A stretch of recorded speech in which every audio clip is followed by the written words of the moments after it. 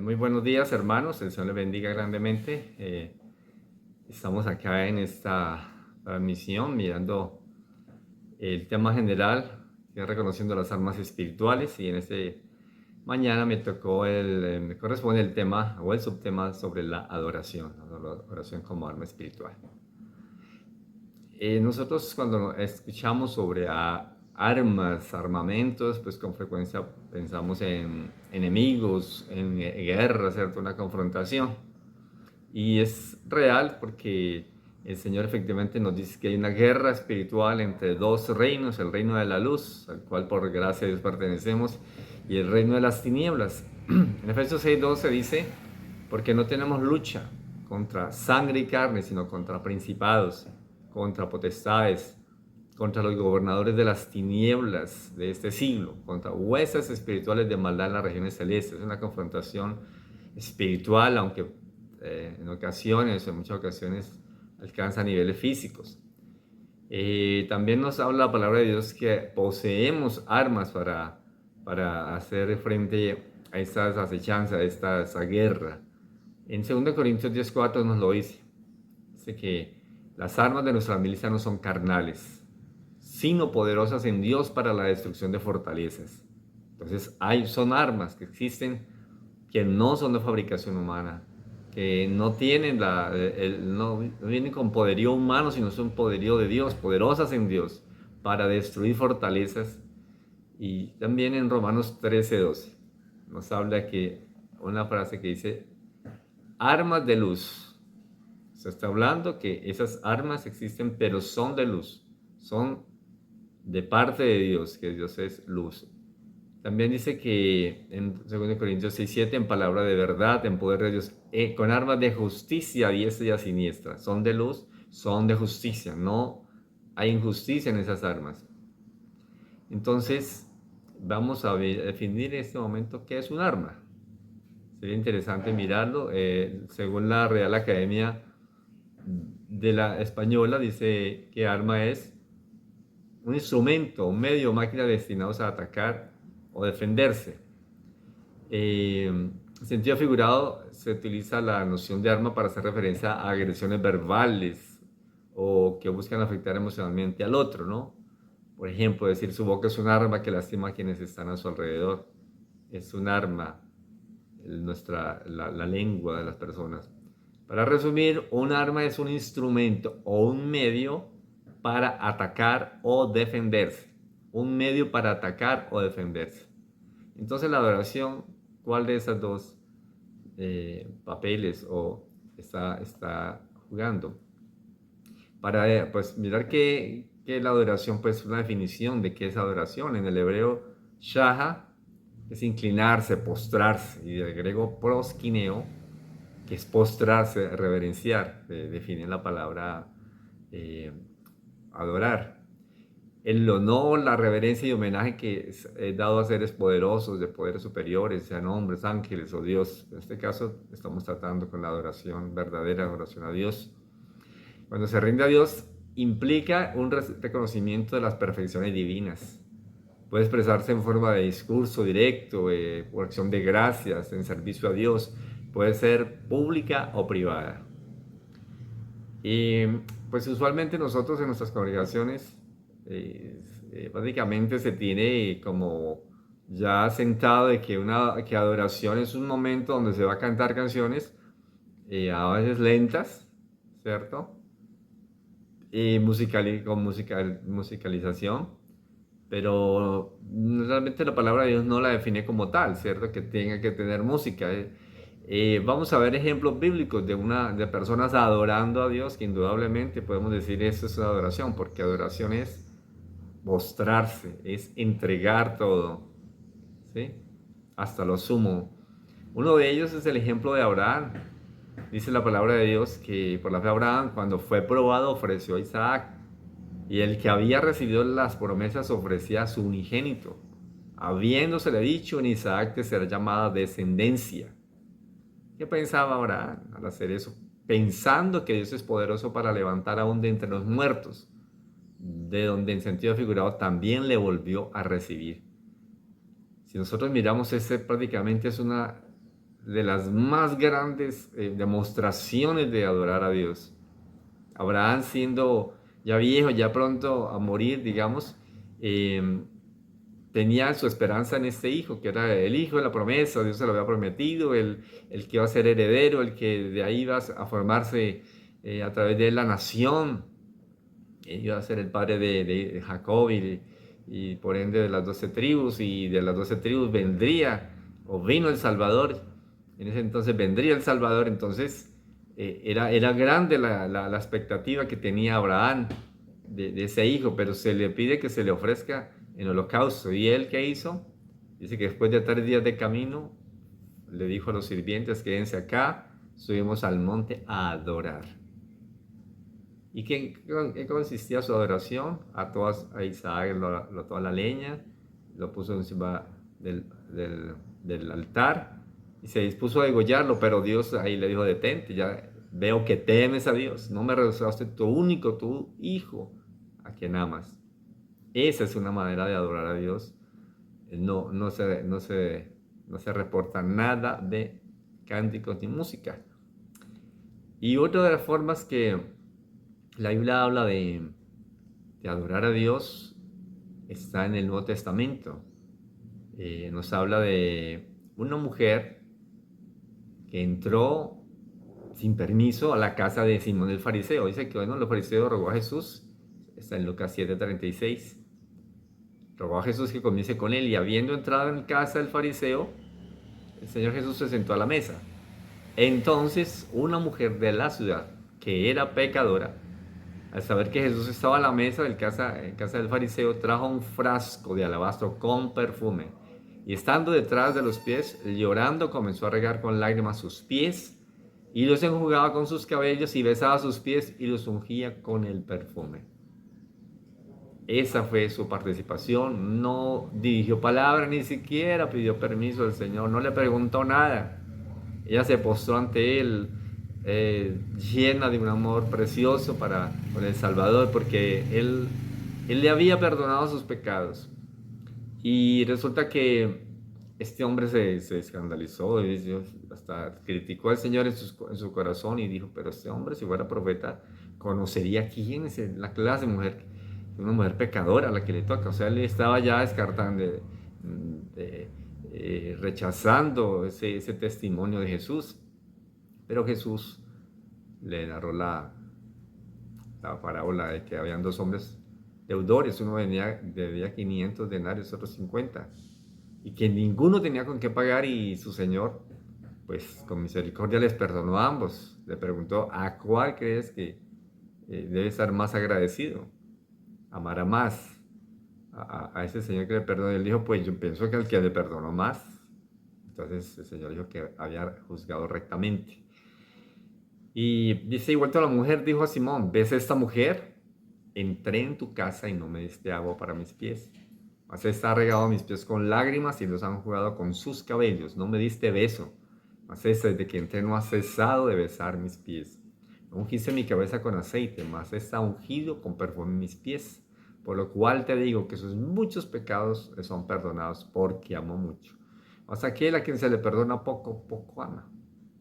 Imagínense. Entonces, aquí vemos una mujer que no le importó nada, no le importó que no fuera invitada, no le importó que reconocieran su reputación, que era tan criticada, pero ella amaba al Señor y no se quedó con solo amarlo en silencio, sino que le quiso demostrar cuánto era en público.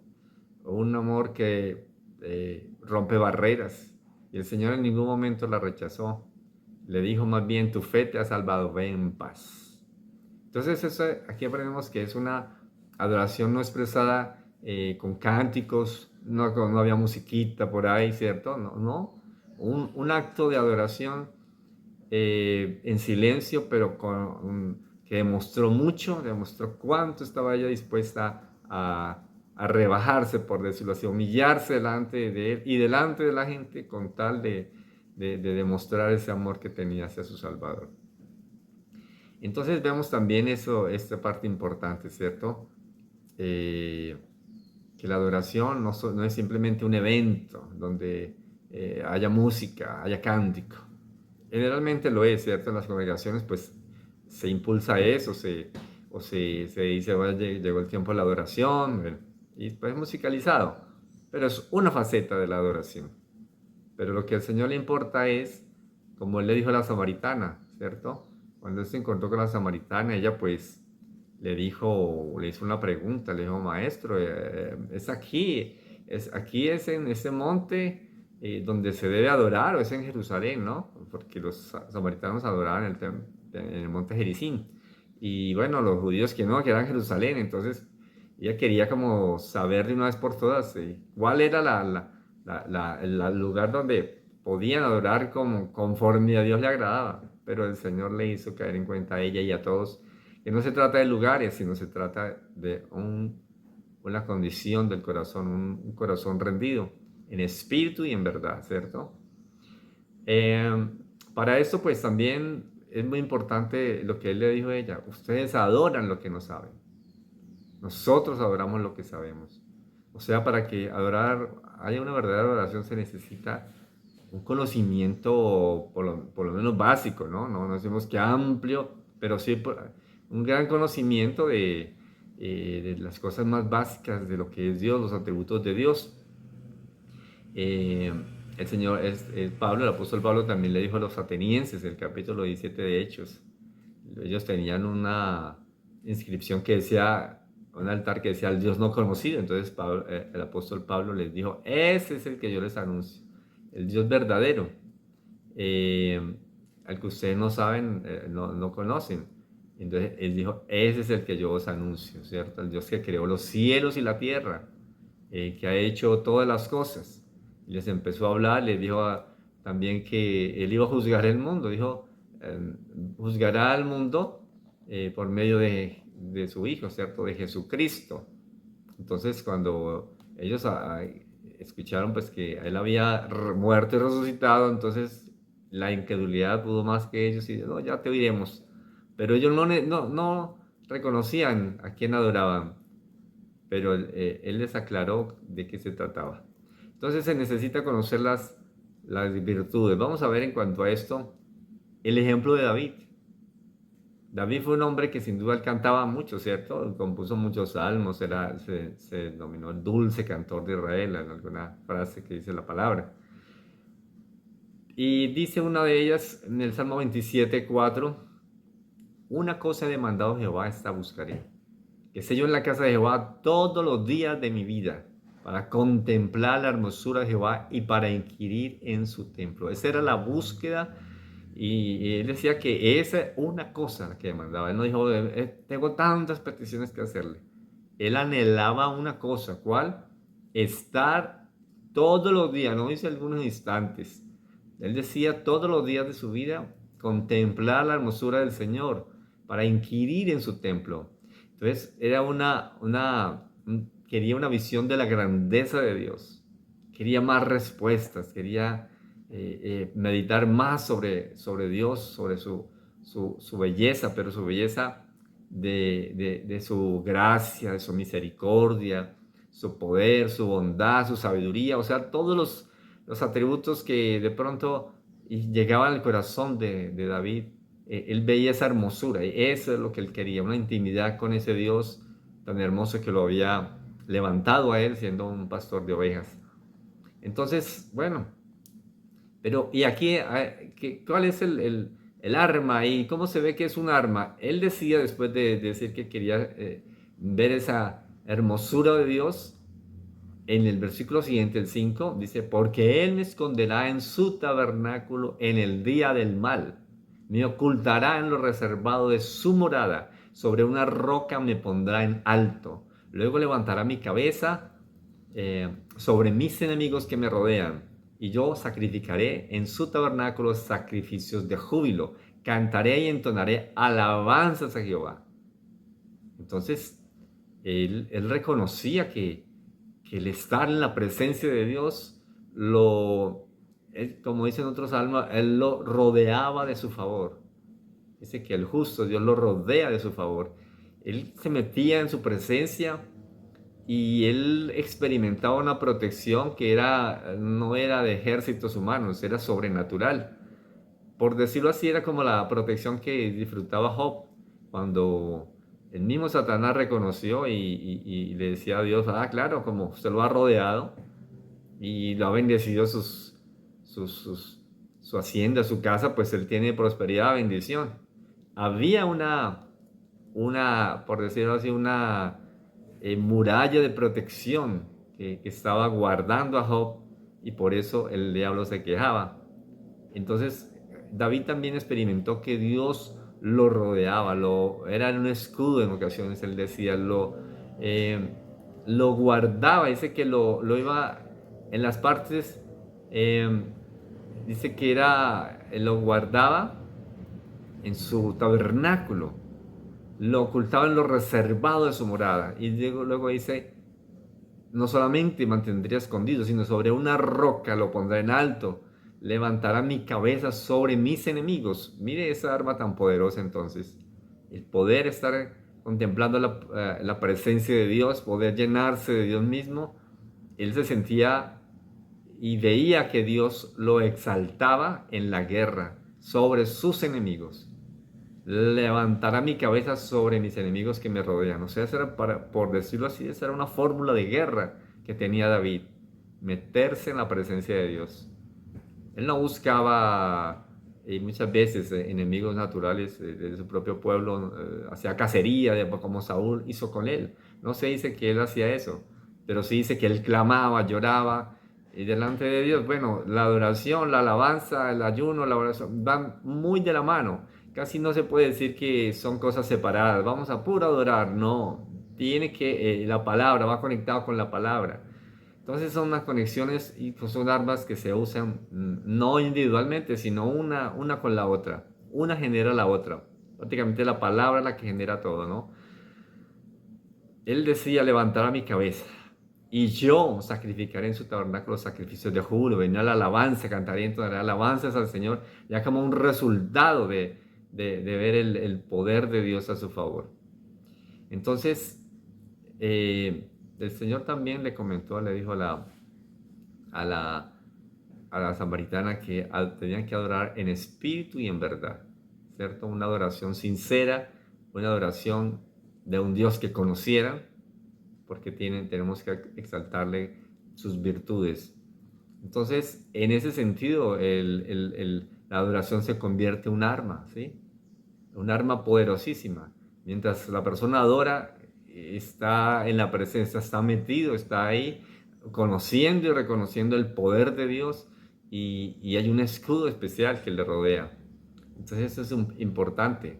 Además es un mandato de Dios. El Señor mismo dijo, al Señor tu Dios adorarás y a Él solo servirás, en respuesta a la tentación de Satanás, ¿no? Que le dijo, póstrate y adórame. Dice que escrito está, al Señor tu Dios adorarás y a Él solo servirás. Es un mandato de Dios la adoración. Fuera de eso también nos dice la misma palabra que Él busca adoradores, ¿cierto? La hora viene y ahora es cuando los verdaderos adoradores adorarán al Padre en espíritu y en verdad, porque también el Padre tales adoradores busca que le adoren. El Señor busca eso, manda que se haga, es un mandato para todos, pero también busca, él anhela que encontrar gente que le rinda la vida, no solamente que cante bonito y que sepa interpretar instrumentos musicales a la perfección, eso no lo convierte a uno instantáneamente en adorador. Esas son habilidades, pero un corazón rendido, un corazón, como dice, contrito y humillado, el Señor no lo expresa, lo anhela, antes lo busca el Señor. Entonces, hermanos, en este tiempo de adoración, este tiempo de guerra espiritual y de ayuno y oración que tenemos en esta semana, vamos a usar esas armas, adorar al Señor, reconocer su grandeza, su majestad, de que por su misericordia estamos en sus caminos, de que Él es el guardador de su pueblo y Él perfecciona su obra. Él, Él está a favor de su pueblo, lo ama grandemente, más de lo que nosotros nos imaginamos. Y si fuéramos infieles, Él permanece fiel. Él no puede negarse a mismo. Esas son las hermosuras de Dios, su fidelidad. Entonces, hermanos, hasta aquí mi meditación y hay mucho más que decir sobre la adoración. Eh, pero baste con decir, reconozcamos la grandeza de Dios, metámonos en ellas, exaltemos a Dios por su grandeza, rindamos la vida, la mente, el cuerpo, todo nuestro ser es un instrumento para adorar. Hermanos, Dios me lo bendiga. El Señor le guarde ricamente a cada uno de ustedes.